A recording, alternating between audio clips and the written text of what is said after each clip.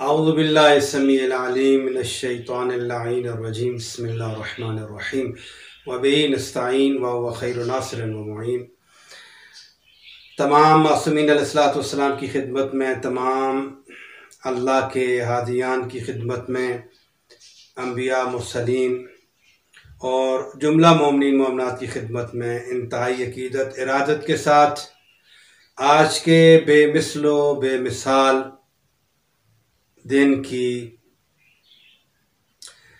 खुशी की मुबारक इमाम ज़मान अलैहिस्सलाम की विलादत की तबरीक और इस अज़ीम ईद, इस रूहानी ईद की मुबारकबादी और ईदी अर्ज़ करते हैं तमाम साहिबान ईमान की खिदमत में। ईदी हमारी ये है कि दुआ फरमाए सारे कि इमाम ज़मान अलैहिस्सलाम के ज़हूर में ताजील हो। मम माता वलम यारिफ इमाम ज़माने ही माता मीततन जाहिलिया। अल्लाह के हबीब बाद खुदा बुजुर्ग तरीन हस्ती सैयदुल अंबिया,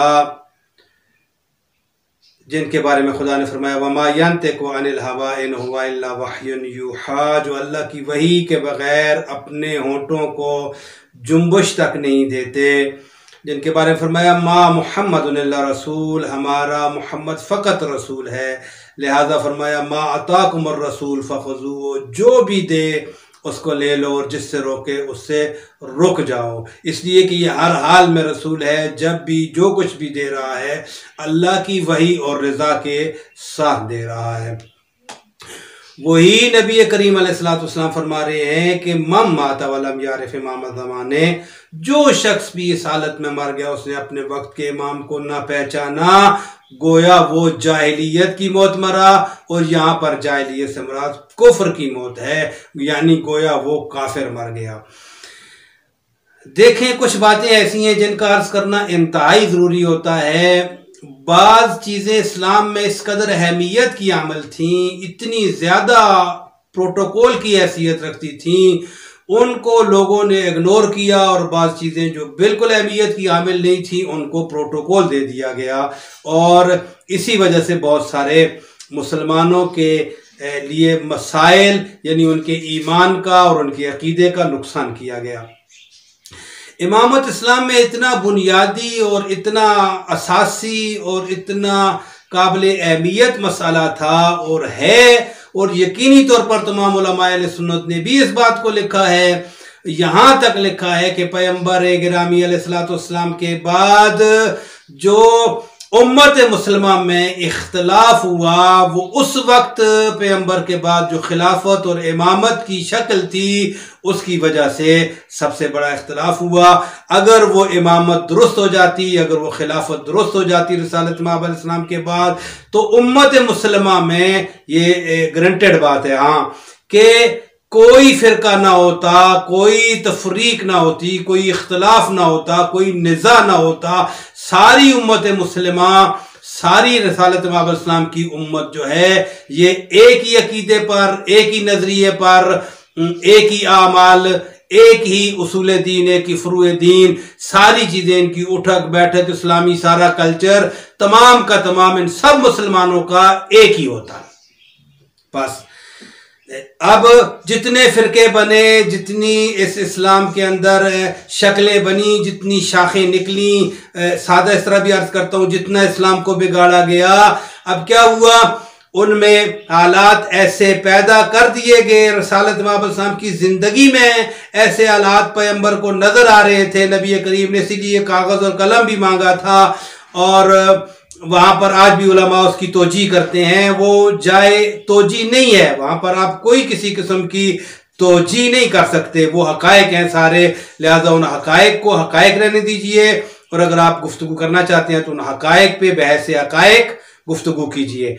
तो अर्ज किया कि ये वो बातें थी, पैगंबर अलैहिस्सलाम ने अपनी ज़िंदगी में इशारा फरमा दिया था कि 73 फिरके होंगे। फरमाया था उम्मत बनी इसराइल में जनाब मूसा इस्लाम की कौम में 72 हुए थे, मेरी उम्मत में 73 बन जाएंगे, और फरमाया था इनमें से एक ही फ़कत जन्नती होगा, बाकी सारे जहन्नमी होंगे। अब ये एक बहुत बड़ा सवाल है कि वो एक जन्नती क्यों होगा और बाकी सारे जहन्नमी क्यों होंगे? आखिर क्या वो नमाजें नहीं पढ़ते होंगे, रोजे नहीं रखते होंगे, हज नहीं करते होंगे, ज़कातें नहीं देते होंगे? क्या इस्लाम के खुदा पर यकीन नहीं रखते होंगे? खुदा को वहदहू ला शरीक नहीं मानते होंगे? जनाब रसालत माब को रसूलुल्लाह नहीं मानते होंगे? ये बहुत बड़ा सवाल है। क्या वो मलाइका पर, कब्र पर ईमान नहीं रखते होंगे? क़यामत पर ईमान नहीं रखते होंगे? अंबिया पर ईमान नहीं रखते होंगे? तमाम तर जो इस्लाम में अकायद बयान किए गए हैं वो उन पर ईमान रखते होंगे? वो नेक आमाल सारे के सारे अंजाम देते होंगे? और ऐसा हो रहा है, इसमें तो कोई ऐसी बात नहीं है। आप देखें सारे मुसलमान ऐसा कर रहे हैं। फिर क्यों कहा गया कि वाहिद व नाजियतुन फ़क़त, सिर्फ एक उनमें से जन्नती होगा? ये बहुत बड़ा लम्हा फिक्रिया है, बहुत बड़ा सवाल है। हमें यहां पर थोड़ा सा रुकना चाहिए। हर मुसलमान को नमाज पढ़ने से पहले थोड़ा सा रुकना चाहिए। हर मुसलमान को रोजा रखने और खोलने से पहले थोड़ा सा तअम्मुल और थोड़ा सा तफक्कर और थोड़ी सी सोच विचार करनी चाहिए। हर कलमा गो को हर काम करने से पहले, हत्ता कि जो अकीदा हमें दिया गया, आपको और मुझे जो अकीदा दिया गया खुदा के बारे में, हमें सोचना चाहिए। ये जो कहा गया है कि खुदा जिस्म जिस्मानियत रखता है, खुदा काबिल रोयत है, और रोयत का पूरा अकीदा इस्लाम में दाखिल कर दिया गया है। और ये कहा गया कि यहां तक कहा गया कि जन्नत में मोमिन जो है वो अपने रब से मुलाकात करेगा और उसके आमने सामने बैठ के खुदा से गुफ्तगू करेगा, और ये मोमिन का एक बहुत बड़ा मकाम होगा। इस तरह बहुत सारी बातें, हर बात पे आपको और मुझे रुकना है और वहां पर दिक्कत करनी है, वहां पर गौर करना है, और वहां पर हमें यकीन हासिल करने के लिए किसी दलील के पीछे जाना है। क्या वाकई नऊज़ुबिल्लाह ऐसे है कि खुदा एक जिस्म रखता है? क्या वो कुरान की आयत हाल में मजीद की तफसीर जो लिखी गई कि खुदा अपनी एक टांग नाउज़ुबिल्लाह उस आग में जहन्नम में डालेगा तो फिर जहन्नम कहेगी कि मैं सैर हो गई? क्या नाउज़ुबिल्लाह ऐसे है? ये अकीदा हमें दिया गया है, ये हर कलमा गो को ये अकीदा दिया गया है। आपको मुतवज्जे होना चाहिए और इस आपको देखना चाहिए कि जो अकीदा आपको दिया गया है, खुदा नजर आता है, जिस्म रखता है, जिस्मानियत रखता है, ये अकीदा आपको दिया गया है। मैं यहां डिटेल में नहीं जा सकता चूंकि किल्लत वक्त है। इब्ने तीमिया मिंबर पे बैठा हुआ था तो उसने अपने मिंबर से नीचे आया, नीचे एक सीढ़ी नीचे आकर उसने कहा कि इस तरह खुदा ऊपर से नीचे आता है, ऊपर वाले आसमान से नीचे वाले आसमान की तरफ। खुलासा ये उम्मत मुसलमा में ये मुसल्लमा अकीदा उम्मत मुसलमा को दिया गया है कि खुदा जिस्म रखता है, जिस्मानियत रखता है, और खुदा अपने मसलन एक टांग जहन्नम में डालेगा, और इस तरह के मामला खुदा से मोमिन मिलेंगे, खुदा का दीदार होगा, खुदा नजर आएगा। ये सारी चीजें ये अक्ल, ये हत्ता के खिलाफ अक्ल हैं। हम कहां से आपको दलील दें?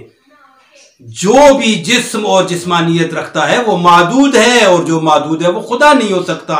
हम मिसाल दे रहे थे, ये मिसालें थी। रिसालत का अकीदा आपको और मुझे क्या दिया गया, नबूवत का आपको और मुझे अकीदा क्या दिया गया, क़यामत का आपको और मुझे क्या अकीदा दिया गया है। आपकी और मेरी नमाज, रोजा, हज, ज़कात, खुम्स, सारी चीजें, नेकियां, भलाइयां, हर काम करने से पहले आपको और मुझे रुकना है और देखना है, क्या पहले उसकी तस्दीक करनी है, क्या वाकई इस्लाम यही कह रहा है, या ये किसी मुल्ला, मलवंटे, मौलवी और किसी दूसरे शख्स ने इस्लाम की शक्ल तब्दील करके अपने किसी जाती मफाद की खातर, अपने किसी छोटी सी मनफियात की खातर मसले को यहां मोड़कर मुझे इस तरह पेश किया है। ये जरूर सोचिएगा, इसलिए कि खुदा की जात कल हमसे पूछेगी, हमने आपको अक्ल दी थी, आपने क्यों मुल्ला की बात सुनी, आपने क्यों किसी की बात सुनी। मैं अक्सर कहता हूं कि यहां पर हम गुफ्तगू करते हैं, हमारी किसी बात पर यकीन न किया जाए मगर वो बात जो दलील के साथ हो, जो एथेंटिक हो, जो बात हमारी आपको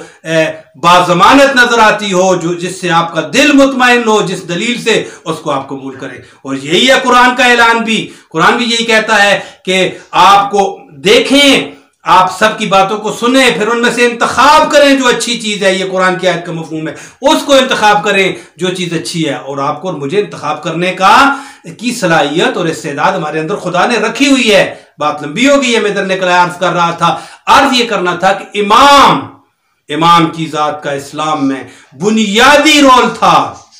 गोया इमाम इस तरह है जिस तरह किसी जिस्म की रूह होती है, लेकिन इमाम को भी इसी तरह, जिस तरह खुदा को इस तरह पेश किया गया, अंबिया को इस तरह पेश किया गया, नबी को 40 साल के बाद नबी पेश किया गया, नबी के लिए बहुत सारी बातें इस तरह की पेश की गई, फलां जगह गलती की, फलां जगह गलती की, फलां जगह नमाज पढ़ाई तो सही नहीं थी नाउजुबिल्ला, और ये किया वो किया फलां फलां, बहुत सारी ऐसी, अब मैं गिनता नहीं हूं बातें, ठीक है, जो नबी की शान शायान कदर नहीं है, तो इन पैगंबर है। ये अकीदा भी हमारे पास इस्लाम में महफूज है। ये क्यों महफूज है और क्यों हमें दिया गया है, हम क्यों इस पे सवाल नहीं उठाते। इसी तरह इमाम रूह थी दीन की और इमाम को बिल्कुल इग्नोर कर दिया गया। अर्ज कर रहे थे पैगंबर फरमाया, जो शख्स मर गया अपने वक्त इमाम को न पहचाना तो गोया वो जाहिलियत और कुफ्र की मौत मरा है, काफिर मर गया है। बस इमाम की इतनी ज्यादा अहमियत। मुझे कहना था इमाम ज़मान अलैहिस्सलाम के बारे में 2 जुमले आपकी खिदमत में अर्ज करूं। देखें, इमाम मादी अलैहिस्सलाम, ये मुसल्लमात में से है। इमामत जो है कुरान, इमामत कुरान के नजदीक, इस्लाम के नजदीक, रिवायात के नजदीक यही वो हैं हस्तियां। यकून मिन बादी इस्नाअशर खुलफा, पैगंबर ने फरमाया था मैं तुम में अपने 12 खलीफे छोड़ के जा रहा हूं, 12 के 12 कुरैश में से होंगे और मेरा दीन उस वक्त तक, पैगंबर ने फरमाया था, बाकी रहेगा जब तक इनमें से कोई एक भी मेरा नायब तुम्हारे दरमियान बाकी रहेगा, यानी तुम्हारा इमाम और मेरा नायब। और देखें, आज तक अगर दीन बाकी है इसका मतलब है अभी तक इमाम बाकी है। और जिन लोगों ने इधर उधर की लगाई और इधर उधर किया, फला खलीफे हैं, वो 12 फला इमाम है, उनमें से 12वां उमर बिन अब्दुल अजीज है, तो उमर बिन अब्दुल अजीज तो कब का चला गया।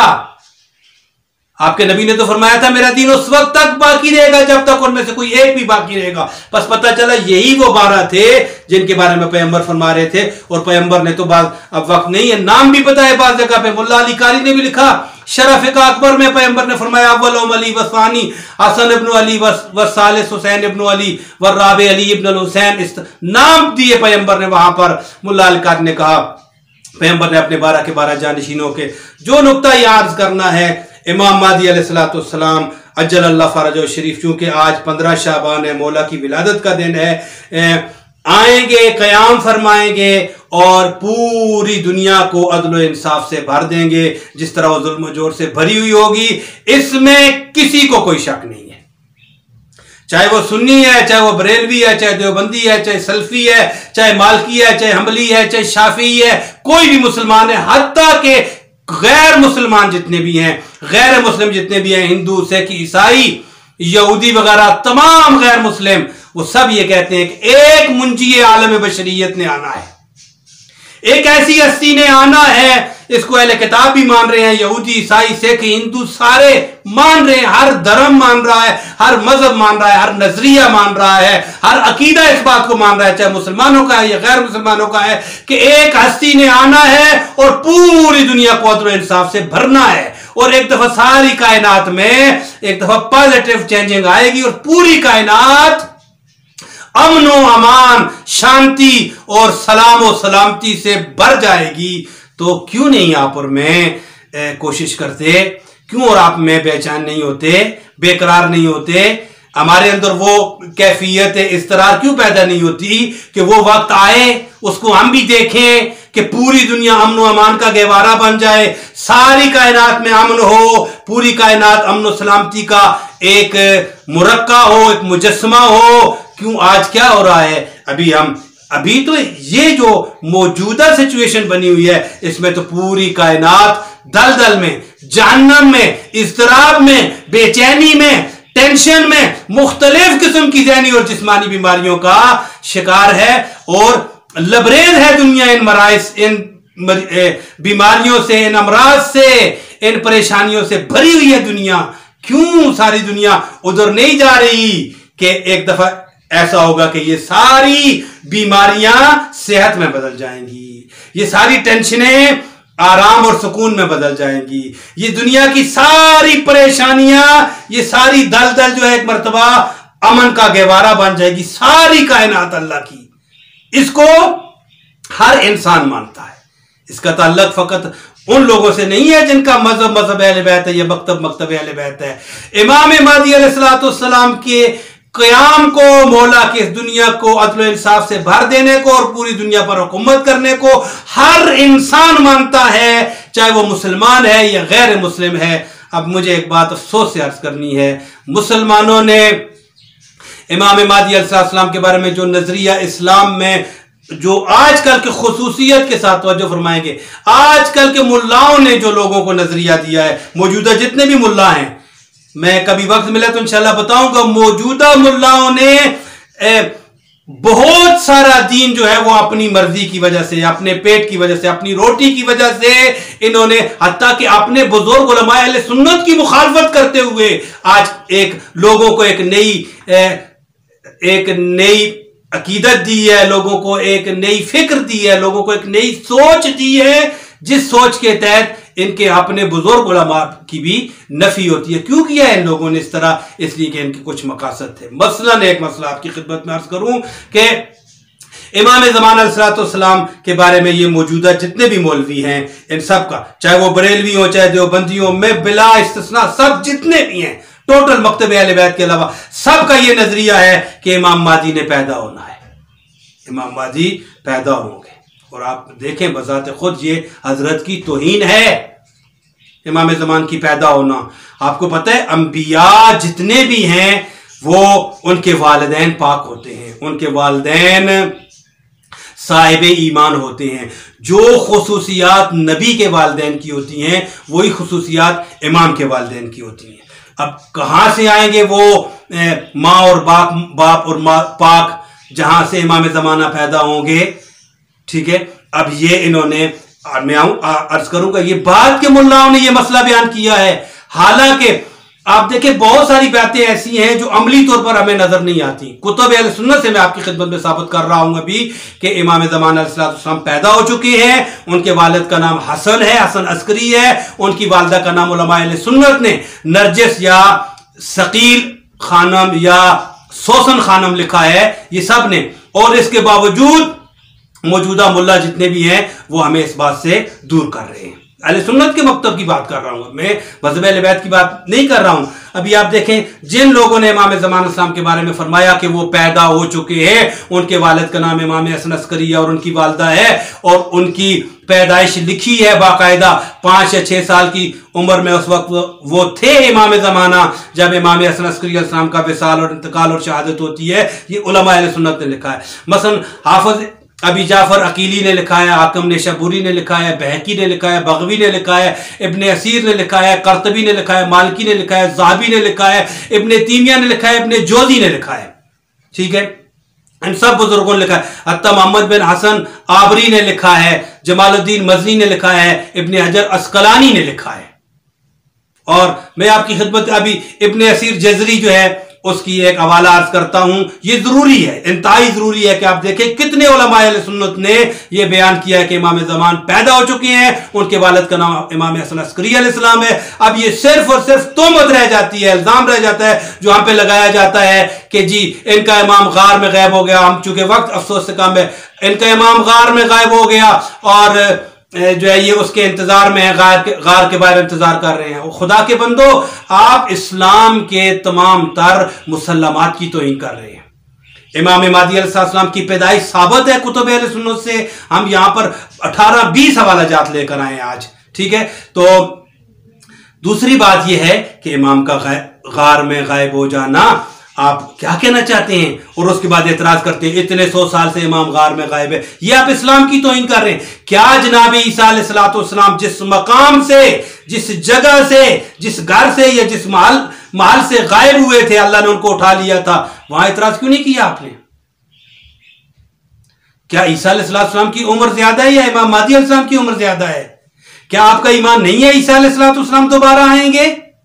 अगर ईसा अलैहिस्सलाम नबी करीम से भी 500 साल पहले इस दुनिया से खुदा के हुक्म से खुदा उनको उठा लेता है, ठीक है, तो कोई सवाल पैदा नहीं होता। इतना जमाना अगर इमाम महदी अलैहिस्सलाम को पैगंबर के भी 300 साल बाद आकर अगर खुदा की जात उठा लेती है तो और उनको महफूज कर लेती है, तो इसमें आपको क्या, कैसे आपको शक होता है? क्यों उधर शक नहीं हुआ, क्यों इधर शक हुआ है? और फिर जहां तक उम्र का ताल्लुक है, क्या जनाब खिज़र की उम्र कम है इमाम ज़माना से? इमाम जनाब ईसा से भी ज्यादा है जनाब खिज़र अलैहिस्सलाम की उम्र, और जनाब मूसा अलैहिस्सलाम से भी पहले के हैं जनाब खिज़र अलैहिस्सलाम। वहां क्यों नहीं सवाल पैदा हुआ? ये मुल्ला आपको वो क्यों नहीं, वो हकायक क्यों नहीं बताते? क्या जनाब इदरीस जिंदा नहीं है? क्या जनाब इलियास जिंदा नहीं है? इलियास जिंदा है, इदरीस जिंदा है, ईसा अलैहिस्सलाम जिंदा है, जनाब खिजर जिंदा है। उन पे किसी पे आपको आज तक किसी मुल्ला ने नहीं कहा होगा कोई उन पे सवाल, उनकी उम्र इतनी लंबी क्यों हो गई है। फकत इमाम के बारे में कहा जाता है। इमाम कैसे? तो बस आप इस बात को समझें, ये रसूल खुदा का बेटा है। इसके बारे में रसूल ने फरमाया था जो अपने वक्त के इमाम की मार्फत के बगैर मर गया वो काफिर मर गया। लिहाजा इमाम की बहुत ज्यादा अहमियत है। हम आपकी खिदमत में अर्ज कर रहे थे कि कामिल फिर तारीख है, किताब अहले सुन्नत की उलमा जानते हैं इस बात को, अलामा इब्न असीर जजरी की। अलामा इब्न असीर जजरी ने वहां पर जो इबारत लिखी है मैं वो पढ़ता हूं। वो कहते हैं 260 हिजरी में इमाम हसन अस्करी हसन बिन अली का विसाल हुआ। वो मोहम्मद मादी के वालिद हैं। सरदाब सामरा में शिया उनके मुंतजिर हैं। आपने गौर किया यहां पर इब्न असीर जजरी ने क्या कहा उनके बेटे का नाम मोहम्मद मादी है और वो उनके वालिद का विसाल लिखा 260 में इमाम हसन अस्करी दुनिया से जाते। ये अहले सुन्नत आलिम है। आप इसी तरह आप देखें, ये अगर आप हवाला इसका लिखना चाहें तो हवाला लिखिए, अल-कामिल तारीख है, अल-कामिल फिर तारीख, दारुल किताबुल अरबी बैरूत जेल्द 6 सफ़ा 320 पर है ये इबारत। इसके अलावा हसन अस्करी के एक बेटे थे जिनका नाम अबुल कासिम मोहम्मद हुज्जत है। वालिद की वफात के वक्त उनकी उम्र 5 साल थी। वो खुदा की हिकमत से इस उम्र में भी इल्म हिकमत से लबरेज थे, माला माल थे। ये इबारत किसकी है? ये सवाए के मोर का अलामा इब्न हजर मक्की की है। ठीक है, आप देखें ये किताब जो है छपी है 1997 में बैरूत में। ठीक है, ये इसकी चाप अव्वल है और सफ़ा इसका 601 है। जो लोग देखना चाहें देख लें। ये अलामा इब्न हजर मक्की की इबारत है। अलामा इब्न हजर मक्की बहुत सारे लोग जानते हैं, उनको पता होगा वो किस कदर सख्त किस्म के आलिम है, लेकिन उन्होंने ये इमाम महदी अलैहिस्सलाम के बारे में उनकी विलादत हो चुकी है लिखा है। अलामा शबलंजी ने अपनी किताब नूरुल अब्सार के बाब मनाक़िब मोहम्मद इब्न अल हसन में लिखा है कि उनकी कुनियत अबुल कासिम है और मशहूर तरीन लक़ब उनका मादी है। ठीक है, नूरुल अब्सार दारुल कुतुब इल्मिया बैरूत 1418 हिजरी सफ़ा 168। उनकी वालदा का नाम इन्होंने लिखा है नरजिस या सकील है। ये अलामा शबलंजी हैं।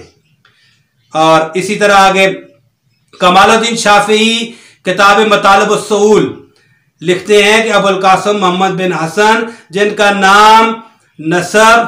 नसब इमाम हुसैन के जरिए मौला अली से जाकर मिलता है, उनकी विलादत 23 रमजान, इन्होंने इस तरह लिखी है विलादत 23 रमजान 258 हिजरी सामरा में हुई थी। उनके वालिद का नाम हसन अस्करी, वालदा का नाम सैकल या हकीमा खातून था। देख लिया आपने। और मैं बाद में जाके सिर्फ एक बात करूंगा और चूंकि अभी आज वक्त कम हो गया है। मतालिब उस्सूल ये हवाला है इसका जो इबारत भी पड़ी थी। मुअस्ससा उम्मुल कुरा बैरूत 1420 हिजरी में ये छपी है और ये जिल्द नंबर 2 है मतालिब उस्सूल की, जिल्द नंबर 2 है और सफ़ा 153 है जो लोग देखना चाहें। इब्न खुलकान या खलकान कहते हैं कि शियों के बारे में इमाम मोहम्मद महदी इब्न हसन अल अस्करी जिनकी कुनियत अबुल कासिम और उनका लक़ब हुज्जत है, उनकी विलादत, ये इब्न खलकान को देखें, उनकी विलादत रोज़े जुम्मा माह शाबान 255 हिजरी में वाक़ई हुई है। ये वही जो हमारे शिया के नज़दीक तारीख है, इब्न खलकान ने वही तारीख लिखी है। इनकी किताब है वफ़ियातुल आयान। ठीक है, और फरमाते हैं इसमें ये मंशूरात रजी कौम 1363 हिजरी शमसी ईरानी तारीख में ये जो इसकी किताब है वो हवाला दिया गया है। जिल्द 4 है, सफ़ा नंबर 176 है। ये अगला हवाला है युनाबियुल मुअद्दत है अलामा कुंदोजी की।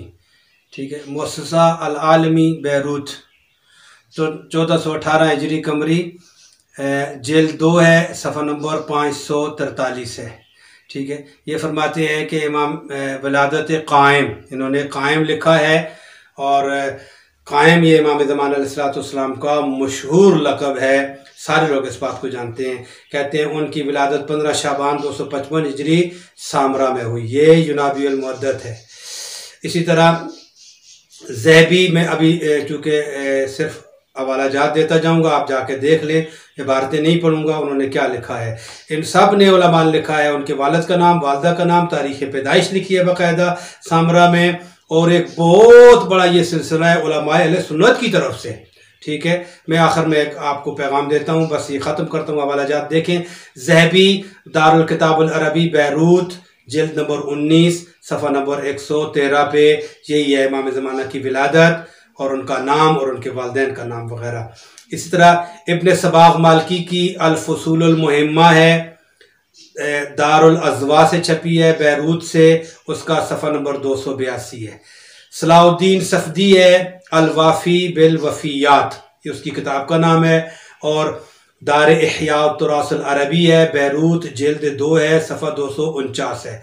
इसी तरह अबुल फ़िदा की अल मुख्तसर है, ये मतबातुल हुसैनिया अल मिस्रिया, ये जहाँ से छपी है मिस्र, चापे अव्वल है जिल्द 2 सफ़ा नंबर 45 है।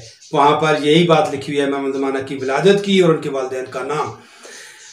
अलामा जज़री अस्नुल मतालिब में मकतबतुल इमाम अमीरुल मोमिनीन की तरफ से छपी हुई है, ये अस्फ़हान में छपी है, ये उसके सफ़ा 57 में है, सॉरी सफ़ा 87 में, 87 अस्नुल मतालिब अलामा जज़री की। इसी तरह सिब्ते जोज़ी की तज़किरतुल ख़वास है, ये छपी है मजमा जानिया अहले बैत कौम 1426 हिजरी में, चापे अव्वल है जिल्द 2 है, सफ़ा 517 है। ठीक है, ये हवाले इसलिए आपको यहाँ चाप का हवाला इसलिए दिया जा रहा है, नशर का नाशिर का हवाला, तब का हवाला खसूसियत से कि जो शख्स देखना चाहे ताकि सफ़ा आगे पीछे ना हो, वरना सबको पता है कि ये किताबें कौम में छपें या एक, चूँकि एक आध कौम में छपी है और एक आध यहाँ पर तेहरान इस्फहान वगैरह में छपी है, तो लोगों के जहन में कोई ऐसी बात ना है। ये किताबें सारी अहले सुन्नत की हैं और हम चाप का हवाला इसलिए दे रहे हैं ताकि सफ़ा आगे पीछे ना हो।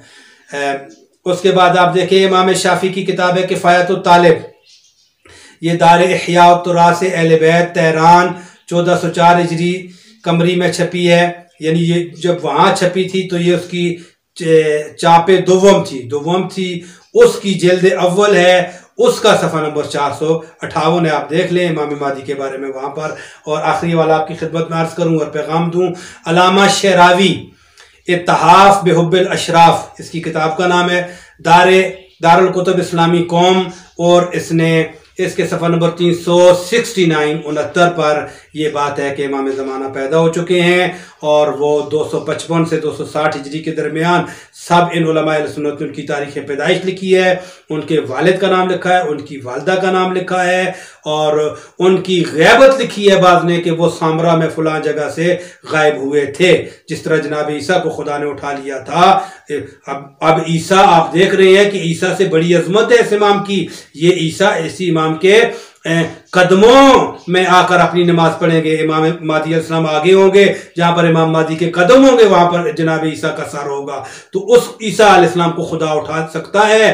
ठीक है, मसलियात की वजह से तो इमाम मादी को नहीं उठा सकता। सारी दुनिया का इत्तेफाक है इमाम मादी क़याम करेंगे। और उलमाए अहले सुन्नत में मुझे ये पैगाम देना है, बहुत सारे बुजुर्ग उलमा ने ये सारे जो हवाले आपकी खिदमत में दिए इसलिए अंदर रिकॉर्ड रखे हैं कि कोई देखना चाहे तो देखे। सब ने लिखा है इमाम मादी पैदा हो चुके हैं। इस वक्त जितने भी उलमा हैं, जितने भी मौलवी हैं, मैं क्या कहूँ उनको, वो उन सब ने ये अकीदा तमाम मुसलमानों को दिया है कि इमाम मादी ने आकर पैदा होना है। मैंने अहले सुन्नत की किताबों का हवाला दिया है। बस इसका मतलब यह है कि मौजूदा जितने मौलवी मुलवंटे हैं इस वक्त अमली तौर पर मुसलमानों के दरमियान जो तबलीग कर रहे हैं, वो सिर्फ ये नहीं कि अहले बैत की तबलीग के खिलाफ बाज़ दफ़ा की जा रही है, बल्कि अपने सुन्नी उलमा बुजुर्ग उलमा के भी खिलाफ मौजूदा शक्ल में बाज़ दफ़ा तबलीग कर रहे हैं लोग। और इमाम चूँकि बुनियाद है, इमाम चूँकि दीन की असास है, आप देखें कि उलमाए अहले सुन्नत ने, अभी मैंने आपकी खिदमत तकरीबन 15-16 बड़े हवाले आपकी खिदमत में अर्ज की है, अहले सुन्नत की मोतबर तरीन किताबों से कि इमाम महदी पैदा हो चुके हैं। इसके बावजूद आप सर्वे करें तमाम मुसलमानों के दरमियान, तमाम मौलवियों और तमाम उलमा से पूछें मेरे अहले सुन्नत भाइयों, सब आपको कहेंगे इमाम महदी अभी पैदा नहीं हुए, उनका ज़हूर जरूर होगा लेकिन वो आएंगे और पैदा होंगे। ठीक है, जो बिजात खुद ये पैदा होंगे, इमाम की तौहीन है और लोगों को इमाम से एक लिहाज से दूर भी करना है ताकि लोग इमाम के करीब ना हो। और आप देखें, जिस इमाम की वजह से दुनिया के तमाम इंसानों के तमाम तर मसाइल, तमाम मुल्कों के तमाम इक्तिसादी, तमाम हुकूमत के तमाम मईशी इकानमी के, दुनिया जान के तमाम मसाइल जिस वजह से हल होंगे, वो इमाम महदी अलैहिस्सलाम है। पूरी दुनिया जिसकी वजह से, जिनकी वजह से अमन का, सलामती का गहवारा बन जाएगी, उस महदी अलैहिस्सलाम के तमाम मुसलमानों को जरूरत है कि उसके बारे में जानें, उस जात की मार्फत हासिल करें, उस जात का कि हमें बे इंतहा जरूरत है आज के इस दौर में। खुदा के बाद सबसे ज्यादा जरूरत, चूंकि नया नबी तो कोई नहीं आना, खुदा के बाद सबसे ज्यादा जरूरत इमाम महदी अलैहिस्सलाम की है। और ये मौलवी मुल्ला आपको दूर कर रहे हैं इमाम महदी अलैहिस्सलाम से। तमाम मुसलमान भाई इमाम महदी अलैहिस्सलाम की तरफ जाएं और ये देखें, जिस इमाम महदी अलैहिस्सलाम के लिए अल्लाह ने 4 नबी रखे हुए हैं, उन 4 नबियों पे लोग सवाल नहीं करते, इमाम महदी पे सवाल करते हैं कैसे गायब हो गए, इतनी उम्र कैसे हो गई। ईसा अलैहिस्सलाम, खिज़र अलैहिस्सलाम, इलियास अलैहिस्सलाम और इदरीस अलैहिस्सलाम, ये 4 नबी इमाम महदी के पीछे नमाज पढ़ेंगे। बस खुदा ने पहले 4 नबियों को दलील के तौर पर रखा और उनका ज़माना बहुत ज़्यादा ज़माना है। बस इमाम महदी अलैहिस्सलाम इन अंबिया के भी इमाम हैं, हम सब के इमाम हैं। परवरदिगार आलम, तुझे वास्ता अपनी ज़ात का, आज के अजीम दिन का, तुझे अपने करम का, अपने लुत्फ़ का, अपने अंबिया का वास्ता, अपनी पाक किताब का वास्ता, बोला तुझे अपनी बेपना वसी रहमत का वास्ता हम सब पे रहम फरमा, करम फरमा, फजल फरमा, हम सब को सिरात मुस्तकीम की हिदायत फरमा, हम सब को हक के रास्ते पर साबित कदम रहने की तौफीक नसीब फरमा। बोला तमाम मुसलमानों को सही जो तेरा दीन है, तेरे नबी की जो रवश है, उस पे उसकी हिदायत फरमा, और जिनको हिदायत कर चुका है उनको कायम दायम रहने की तौफीक नसीब फरमा। मौला आज के दिन तू बेतहाशी खैरात तकसीम कर रहा है, चूँकि आज का दिन शब बरात का भी दिन है और इमाम महदी अलैहिस्सलाम के नीमा शाबान विलादत का भी दिन है, और किसी भी लिहाज से इस दिन की अज़मत कम नहीं है, बहुत बड़ी अज़मत का मालिक है ये दिन। मौला आज के इस अजीम दिन का तुझे वास्ता देते हैं, हमें इमाम महदी अलैहिस्सलाम की मार्फत हमारे दिलों में ज़्यादा से ज़्यादा उनकी मार्फत हमें नसीब फरमा। मौला वास्ता मोहम्मद वाले बैत मोहम्मद तमाम मुसलमानों के, तमाम आलम इस्लाम के तमाम मसाइल इमाम महदी अलैहिस्सलाम का ज़हूर फरमा के तमाम मसाइल हल फरमा। तमाम लोगों को इमाम महदी अलैहिस्सलाम की जुस्तजू खोज में रहने की तौफीक नसीब फरमा, उनके लिए बेचैन बेताब रहने की तौफीक नसीब फरमा। जब तक लोगों का ये इमाम ज़हूर नहीं कर लेता परवरदिगार आलम, उस वक्त तक लोगों को बेचैन रहने की तौफीक नसीब फरमा, और सारी कायनात की तवज्जो जो हम सब गाफिल हैं इमाम महदी से, इमाम महदी की तरफ मबजूल फरमा, ताकि हम उस मौला के ज़हूर के लिए, उनके आने के लिए, उनके क़याम के लिए दुआएं मांगें और हमारी दुआएं कबूल हों, और वो वक्त जल्द आए कि इमाम महदी अलैहिस्सलाम पूरी दुनिया को अमन व अमान सलामती से लबरेज़ फरमाएँ। व मा तौफ़ीक़ी इल्ला बिल्लाह।